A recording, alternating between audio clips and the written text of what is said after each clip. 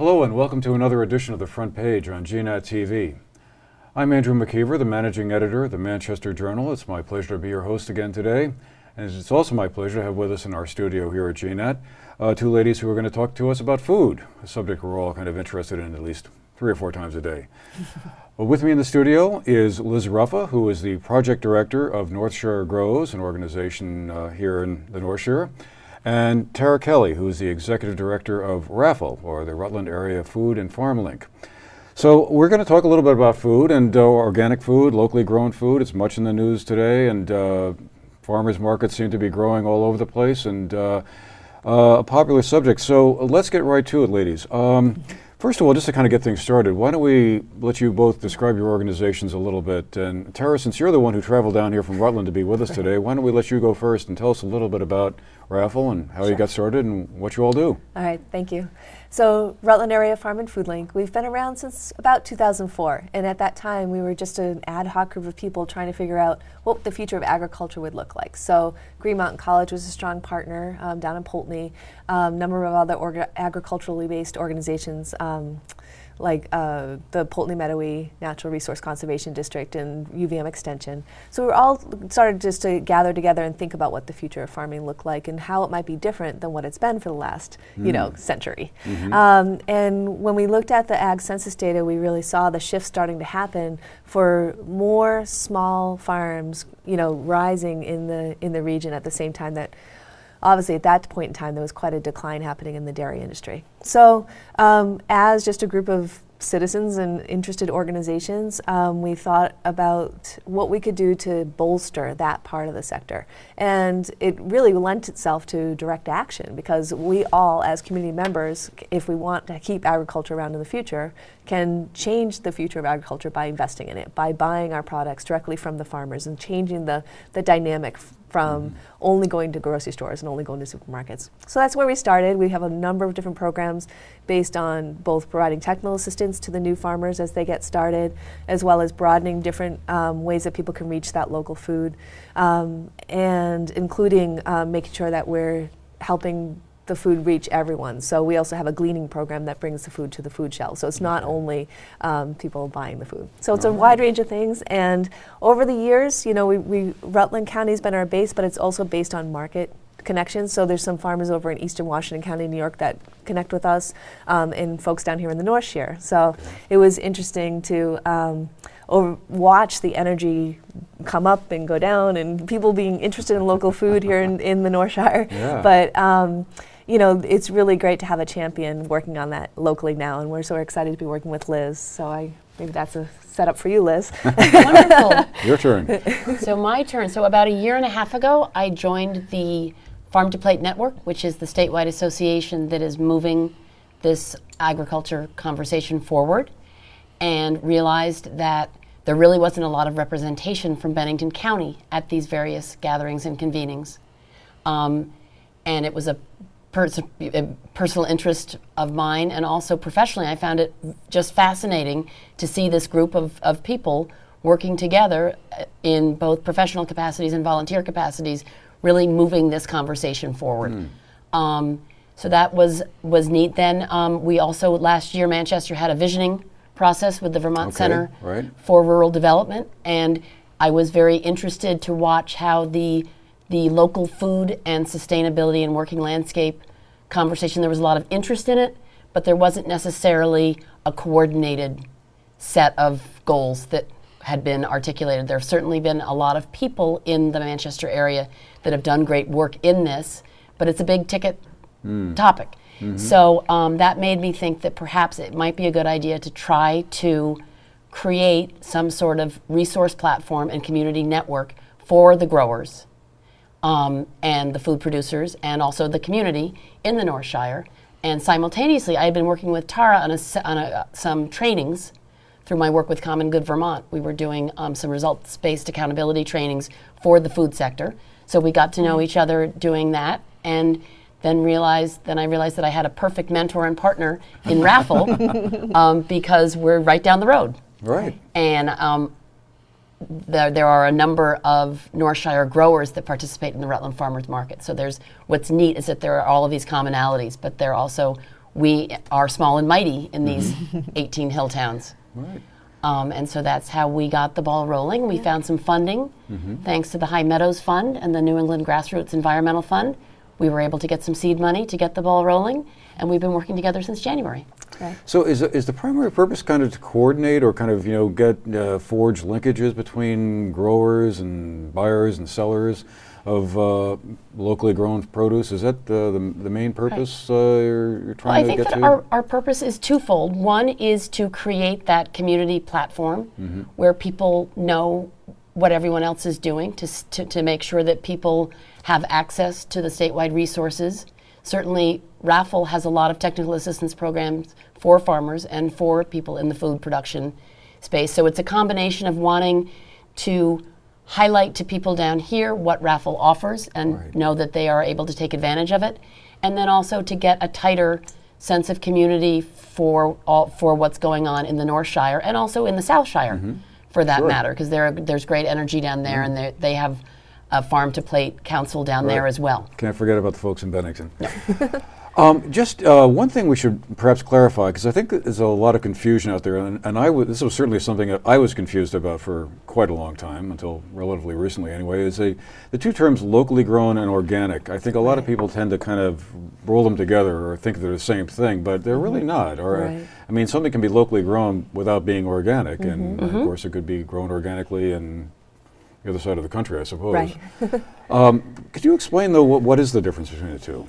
Well, first of all, I think I'll start by saying that the values, people that embrace organic and embrace local probably have a similar value set in mind. So despite the technical difference, which I'll explain in a second, I think the reason it gets confused is because what people are trying to support when they're supporting either organic or local is good food production that is replenishes the soil, is healthy for the environment, and results in food that has a higher nutritional content, and just like overall feeling like the food is just better for them and better for the environment. So I think that that might be where there's sometimes some confusion. For our local farms in Vermont, the size of the farms, the scale they're producing at, they're, for by and large, using growing practices that could be qualified as organic, or at least are good for the better for the environment than some very large tract, factory farming that might happen in arid climate, for example, right? Right. So I think that so people that were very interested in organic are sometimes opting to choose local, even if they're not certified organic, because it still embraces a lot of those values that I talked about earlier on. And then there's a number of farms in our region in Vermont that choose not to get certified organic, and it's more just because there's sort of like a cost, a paperwork, trail, a set of regulations that are in place that just is a big barrier to a small farm. So they don't necessarily pursue the certified organic label, even though many of their growing practices are right in line. So at RAFFLE, we try to not take a stance on organic versus non-organic or whatever. What we really advocate for and try to create is transparency in the food system, so that people understand who's growing their food, and they can ask the person, what their growing practices are, or they can place their own values, whether they have a value around GMO or organic, or some people it's around the treatment of animals, humane treatment of animals. They have the ability to figure that out for themselves, so they know what they're buying, and they can make their choices with their dollars. Okay. So that's where we focus on. All right. So my rudimentary understanding of that is that a lot of it has to do around with the fertilizer and pesticides. It does. If somebody wanted to be certified organic, they go through a 3 or 4 year process of making sure the soil that they're growing their vegetables or whatever is not used, doesn't use pesticides or artificial fertilizer. Yep. Okay. Yep. So, it seems like, from the outside anyway, from my perch, that there are more farmers markets out there and a lot more interest in locally grown food. And I guess I just thought I'd throw out to both of you, why do you think that is so? Is that a recent phenomenon, or has that been building for a while and I've just sort of been missing it all? But it just seems like there's a lot more folks who are kind of more aware of all of that and kind of trying to make an effort to buy more food that's locally grown and presumably more healthy for you. Is that something that's driven by something new, or is that kind of already been around for a while? What do you think? Well, I think it probably has been building for a while, but is much more apparent in the last 5 years. So there's an author named Wendell Berry that goes back quite a while, and he talked a lot about, he really articulates the change in our food system, how it went from local production, people having control over production of their food, understanding where it was coming from, to really the consolidation that happened within the food sector, and and how much efficiency that created, but at the same time, there are definitely signs that people are seeing that that system is somewhat broken or at least vulnerable, right? So there's, if you think about like the big E. coli scare with the spinach production not too long ago, and if you think about some movies that have come out like Food Inc. that really shine a light on how meat is slaughtered and gets to all of us in the system. People are reacting to some of those signs as, maybe this thing is a little too big. Like efficient's nice, definitely it controls prices. It makes constant availability of, but maybe there's something to be said for seasonalities and something to be said for scaling back that level of production and really looking at producing within our food sheds and not to say that there's one has to be absolutist about everything, I don't think that makes sense. I think there's a lot to be said for the food system the way it exists, but I think people are very much focused on their local economies. They're realizing that it makes a difference, that if we want to keep jobs that are rooted in our community, we've got to look to the assets of what's there and invest in that. So I think it's all tied up around local economies. It's around some of the symptoms of the larger scale food and people realizing that for their own personal health and for their own value system, there's a different set of choices that make sense. It does seem to have hit a tipping point in about the last 5 years. Yep. Yeah. I am not an historian on this subject, but there also, the commodification of growing happened after World War II, and it was part of the energy of the 20th century in America. Right. But there is now this return to place and a return to local. I think in Vermont, we've always been able to enjoy that, whereas in other parts of the country, the local landscape really vastly just disappeared. Yeah. But I think that Tara is absolutely right, that people, they want to have better control over, I think that people are understanding the health aspects and benefits of eating food that is grown locally, that's fresher, and it's just better for you. The vitamins are better. Well, and I think pick that day and not put on a boat and shipped for weeks. Right. And I think people come to this topic from a lot of different angles. For some people, it's really about concern about natural resources. They're worried about climate change, or they're worried about peak oil. They're worried about factors that could disrupt what they see, could disrupt that supply chain of food. For some people, they're really coming at it from that perspective, that it makes sense to have a smaller ecological footprint by buying more locally. For some people, it is the personal health issue and understanding the freshness and the ripeness factor, that naturally both enhances flavor and packs in the nutrients. And I think for other people, it is more of a traditional look back, in the sense that what Liz just referred to, that in Vermont we never totally got away from this, right? In other parts of the country, they're kind of rediscovering and reinventing, but in Vermont, we're only a generation away from people, or not even, in terms of people that are still involved in food production. Well, that's interesting, because until very recently, my sense of things had been that agriculture in Vermont was in a bit of a crisis. Right. I mean, it seemed like, we kept on hearing that number of farms in the state was shrinking. The dairy business was under a lot of stress and pressure. Yeah. And yet, it sounds like you're seeing a renaissance or a revival, at least in the making, around all of that. Yeah. We seem to have turned a corner on that a little bit, or? Right. Well, I think that ties back to Vermont Council on Rural Development's work with the working landscape. So, did you participate in the Future of Vermont? Right. Maybe you should tell them. Tell everyone. So probably about maybe 4 years ago, there was something called the Future of Vermont. So the Vermont Council on Rural Development went out statewide.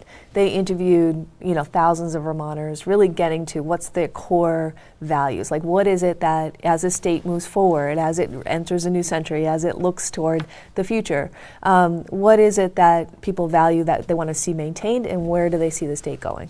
And so it was really just getting a pulse on what was happening. And out of that survey, the top ranking value, I think it was something like 98% of Vermonters value the working landscape. So whether they grew up here or they're part of that working landscape or they came here, for one way or another, we value our farm fields, we value our forests, and we really want to see that be part of the future. So that energy right there is, I think, out of the crisis that was happening in dairy and people really worrying about the loss of farms.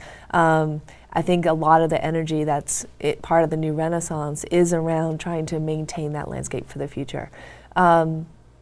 Dairy is still very strong. It's still the top economic, agricultural production in Vermont is dairy. So that's not to say that dairy is obsolete and gone away, because I don't want people to think that. Right. It's just that there's also an emergence of these other farm and food businesses happening.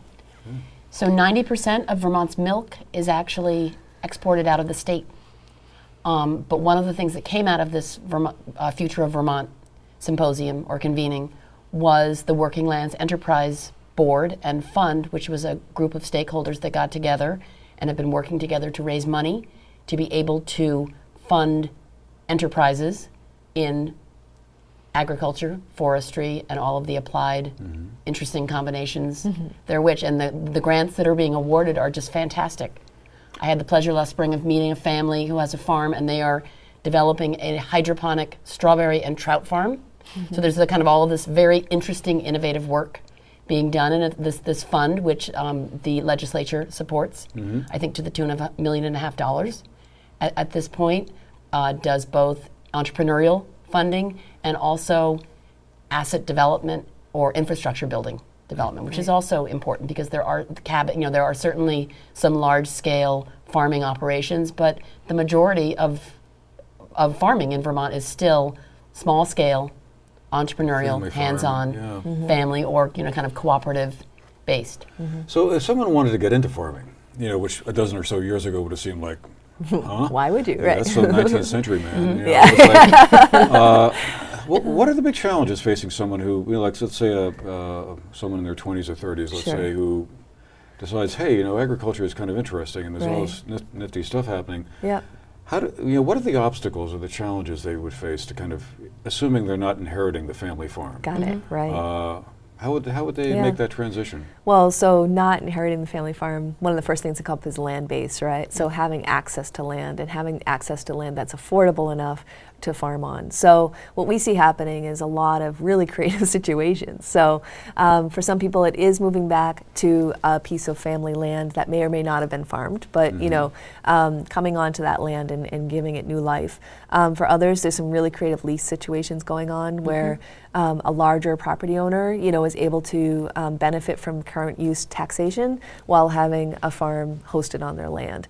For others, it's there's some situations where there's farmers incubating other farmers. There's farmers that have a tract of land that are allowing other small startup farms to get their start there, build their markets, understand their production before they're then able to capitalize and get their own piece of land. So there's a number of really creative situations, but that land access is definitely one of them.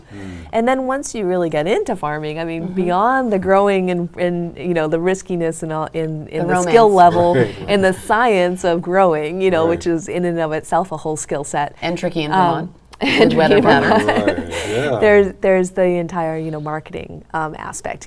Really understanding one's markets, the potential markets, and how they reach them, how they scale their growing to the appropriate market channel that they want to reach. So farming is a very complex profession, and people are taking it head on and bringing all sorts of skill sets to it. But it's definitely a complex arrangement. And so a beginning farmer by USDA standards is someone with 10 years experience or less, because really it's like they don't consider someone to be more of a mature farmer and stable business until they've been in business for 10 years, which is a bit longer than the average small business. And like all small businesses, I don't know what the exact percentage is, but a large percentage of businesses do not thrive. Sure.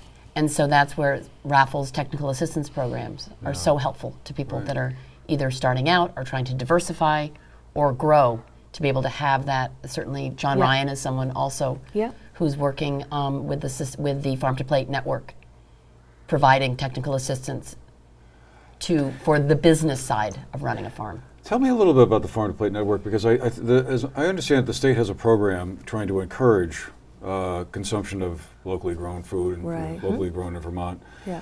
The goal being that by 2020, 5 or 6 years from now, 10% of the state's population will be consuming locally grown food, and we're roughly now somewhere, I guess, around 5 or 6%. The last numbers I saw. Getting from 5 or 6% to 10% doesn't sound like a whole lot, although I guess that translates roughly, if you figure the state's population is at about 630,000 people, that's what, about another 30 or 35,000 people. Is that an achievable hurdle? And kind of what else is involved with the Farm to Plate program? Is it more like about encouraging folks to kind of get into agriculture and stuff like that, like as we were just talking about?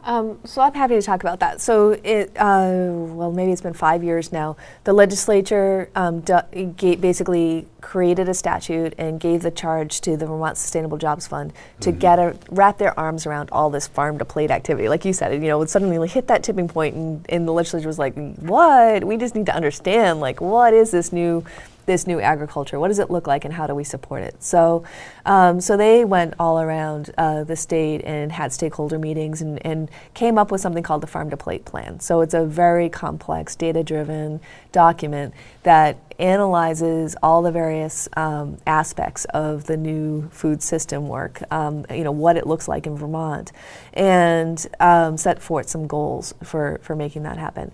So now there's something called the Farm to Plate Network, which is essentially people coming together around those goals and in all the various hats that they wear, and consulting with one another and sharing information and building what they call collective impact, right? So I'm chair of a working group called Aggregation and Distribution. So for this new food system work to really thrive, for those smaller, newer farmers, or for even the existing farmers reaching new market channels to really make that happen, there's issues with how does the food come together and get to the supplier. So, for example, the reason there isn't a lot of food showing up in grocery stores per se is that many of our farms are just too small to produce at a consistent level and at the volume that's needed to reach those grocery stores. And the grocery stores have their own policies around whether it's food safety or packaging or labeling or tracking that the farms haven't yet implemented, by and large. There are some farms that have. There's really good examples of farms selling to, for example, Hannafords,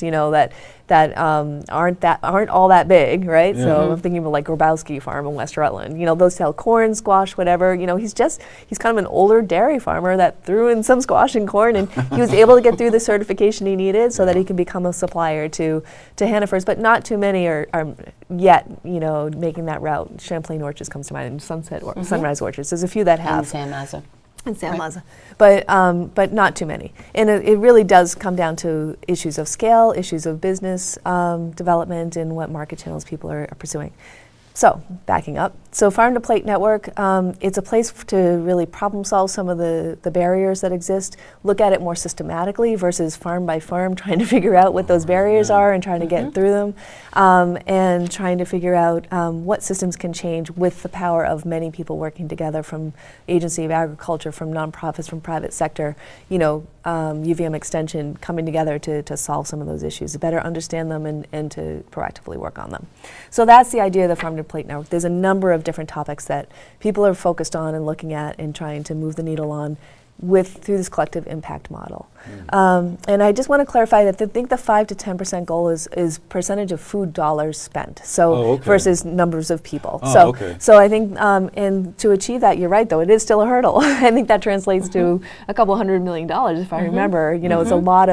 It's a lot of shifting that has to happen, and so that's where a lot of creative endeavors come in, really connecting the farms to customers and to new customers, people that may not be buying locally already, getting them to understand it and care about it and sort of figure out how they can participate, et cetera. Right. And that is really one of the goals of Northshire Grows, we're in a great position to learn from the best practices of how people are doing it around the state, because we're not as developed in some of these ways. Certainly what Tara's talking about right now is that farm to institution piece, farm to school programs, all the rest.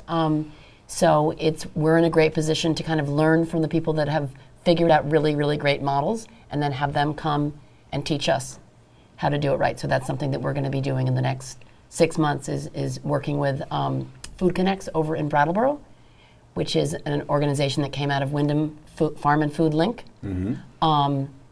And they are real pros at both farm-to-school programs, getting local food into schools, and also creating buyers clubs for all income levels. So it's not so much a CSA program, but it's actually it's a buyers club where a percentage of your grocery bill every month can go to procuring food that way. And that's the real trick, is to both get from 5 to 10% in terms of dollars, but also to try to increase access, so that all Vermonters have access to this food.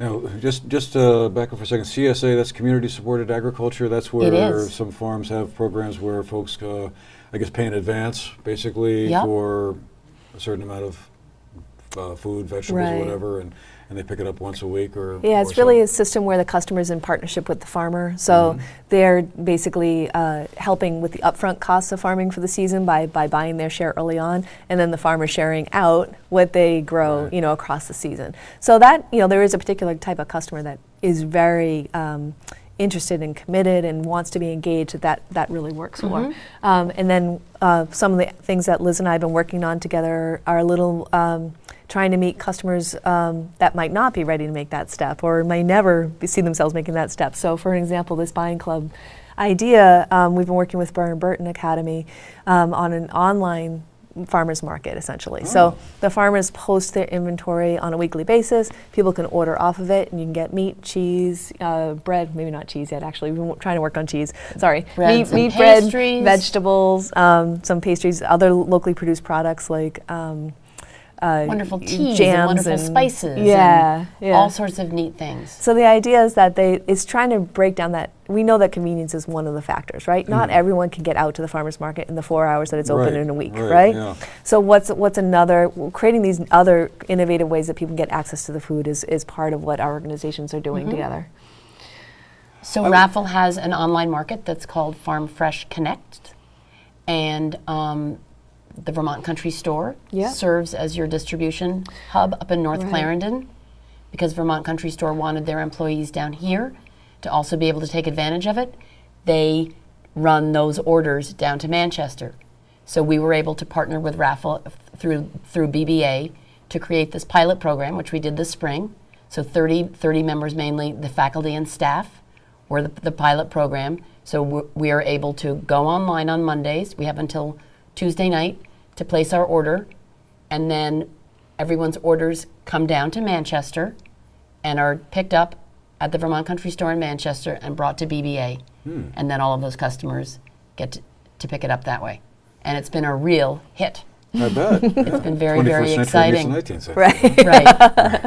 Right. So what's exciting about this is that we're now investigating whether we have the capacity to grow the pilot through BBA in the fall when kids are back in school, open it up to perhaps the student body and their families, and then to also look into the feasibility of having a southern hub, so that North Shire growers can really be part of this as well. Well, I got a feeling we could talk about this for quite a while longer, but we're just about out of time here. But I want to thank both of you for taking the time to come, and it looks like you want to show us a little bit about something there before we go. Before we go, the shameless promoter. For anyone that's interested in connecting with their local farms and food, this guide covers both the Rutland County and all of the North Shire this year, and is available in many places throughout the county. So I hope people find it if they haven't already, or they can find it on our website, which is rutlandfarmandfood.org. Okay. Well, great. Well, Liz, thank you for being here Andrew. today. It was great a pleasure to be here. And Tara, thank you for making the trip down from Rutland to be with us today. Absolutely. And share some information with us. And thank all of you for watching today. This has been The Front Page on GNET TV. Hope you enjoyed the show, and we'll see you the next time. Have a great day.